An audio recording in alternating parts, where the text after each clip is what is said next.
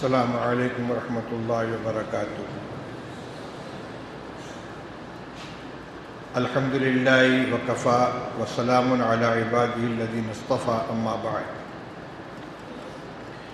اللہ رب العزت کا بے پایاں احسان و کرم ہے کہ اس نے ہمیں اپنے دین متین سے وابستہ کیا اور مدارس اسلامیہ کی خدمت کا اعزاز بخشا۔ اس وقت مدارس کے معاملات پر غور کرنے کے لیے ہمیں جمع ہونے کی توفیق دی۔ اللہ تعالیٰ اس اجتماع کو نافع اور مثمر خیرات و برکات بنائے، آمین۔ مہمانان محترم، اس موقع پر دارالعلوم دیوبند کی جانب سے میں آپ تمام حضرات کا استقبال کرتا ہوں اور زحمت سفر برداشت کرنے پر شکریہ ادا کرتے ہوئے حق ضیافت کی ادائیگی میں تقصیر پر معذرت خواہ ہوں۔ حضرات گرامی، آج آپ حضرات کو دارالعلوم دیوبند نے جو زحمت دی ہے، اس کا مقصد کوئی نیا اقدام یا ہنگامی فیصلہ کرنا نہیں ہے، بلکہ یہ رابطہ مدارس اسلامیہ عربیہ دیوبند کے اغراض و مقاصد کے مطابق مدارس کو پیش آمدہ مسائل پر اجتماعی غور و فکر کے تسلسل کی ایک کڑی ہے، جس کے لیے دارالعلوم دیوبند رابطہ کے ارکان گرامی کو دعوت دیتا رہتا ہے۔ اس وقت مدارس کے سروے یا جائزے کا جو عمل حکومت کی جانب سے شروع ہوا ہے، اس کی وجہ سے قدر عجلت کے ساتھ نہایت محدود انداز میں آپ حضرات کو زحمت دی گئی ہے تاکہ اس معاملے میں بھی حالات کے تحت باہمی مشورے کا عمل انجام پا سکے۔ بھئی یہ فوٹو کون لے رہے؟ کوئی صاف فوٹو نہ لیں، نہ ویڈیوگرافی کریں۔ گرامی قدر ذمہ داران مدارس، آپ حضرات کے علم میں ہے کہ جائزے کا یہ عمل 10 ستمبر سے شروع ہو چکا ہے اور متعدد چھوٹے بڑے مدارس میں اس کی تکمیل ہو گئی ہے۔ اب تک کے تجربے سے جو بات سامنے آئی ہے وہ یہ ہے کہ حکومت غیر امداد یافتہ یا غیر ملحقہ مدارس کی تفصیلات جمع کرنا چاہتی ہے، جس کے لیے 12 سوالات پر مشتمل ایک فارم پر کرایا جا رہا ہے، اور اس مقصد کے لیے آنے والا سرکاری عملہ کچھ چیزیں زبانی معلوم کر کے یا معائنہ کر کے اطمینان حاصل کرتا ہے۔ ظاہر ہے کہ اس حد تک یہ کوئی قابل اعتراض کارروائی نہیں ہے۔ اسی لیے دارالعلوم اور تمام ذمہ دار تنظیموں اور اداروں کی طرف سے یہ اپیل کی گئی ہے کہ مدارس اس عمل سے کسی خوف میں مبتلا نہ ہو، بلکہ پورے اعتماد کے ساتھ اس کارروائی کی تکمیل کرائیں۔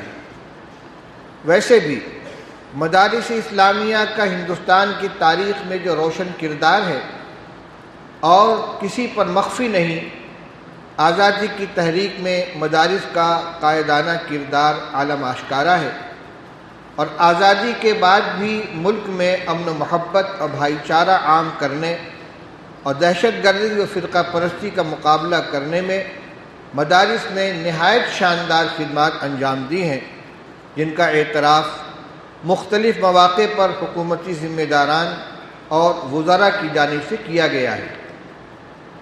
البتہ مہمانان گرامی، اپنے تاریخی اور روشن کردار کے ساتھ ساتھ مدارس اسلامیہ نے وقت کے تقاضوں کی تکمیل میں بھی بھرپور حصہ لیا ہے اور ہر موقع پر امن و قانون کی پاسداری کا فریضہ نبھایا ہے۔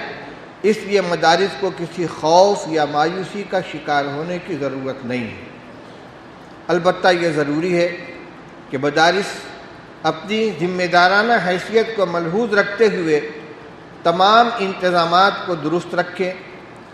خاص طور سے 3 چیزوں پر توجہ دی جا رہی ہے۔ میں اجمالاً اشارہ کر رہا ہوں اور انشاءاللہ اس کی تفصیلات حضرت صدر محترم دامت برکاتہم کے کلیدی خطاب کے اندر آپ کے سامنے آئے گی۔ وہ 3 باتیں کیا ہیں؟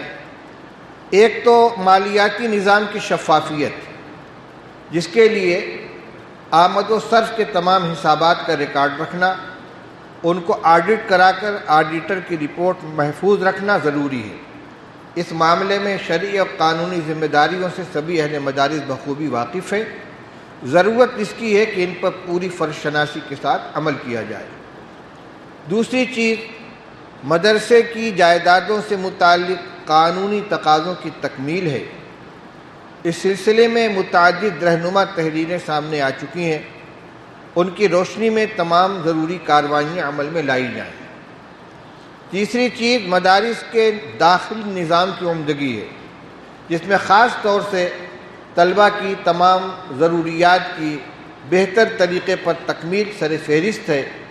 رہائش گاہوں اور درسگاہوں کے علاوہ مطبخ اور دیگر ضروریات سے متعلق عمارت کی تعداد اور وسعت ضابطوں کے مطابق ہونا ضروری ہے۔ صفائی کا اہتمام اور صحت افزا ماحول کی فراہمی بھی لازم ہے۔ غرض یہ کہ اس پہلو سے بھی قانونی ضوابط کی تکمیل کا اہتمام کیا جائے۔ اللہ کا شکر ہے کہ مدارس اپنی وسعت کے مطابق انتظامات کو بہتر بنانے کی کوشش کرتے ہیں۔ بے سر و سامانی اور تنگی کے باوجود الحمدللہ مدارس اپنی وسعت بھر ان امور کی طرف توجہ دیتے ہیں۔ مزید توجہ کرنے کی ضرورت ہے۔ بس یہ ہے کہ اب تک جن چیزوں میں کوئی کوتاہی ہو رہی ہو اس کا ازالہ کر لیا جائے تاکہ مستقبل میں کسی دشواری کا سامنا نہ کرنا پڑے۔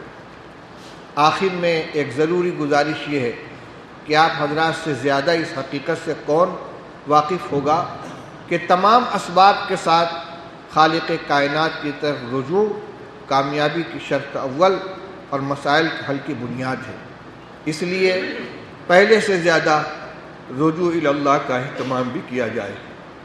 اللہ رب العزت اپنے فضل سے ہم سب کی مدد فرمائے اور مدارس کے ساتھ امت مسلمہ کے ہر سرمایہ کی حفاظت فرمائے اور اس اجتماع کو برابر فرمائے۔ وآخر دعوانا الحمدللہ رب العالمین۔ السلام علیکم ورحمۃ اللہ۔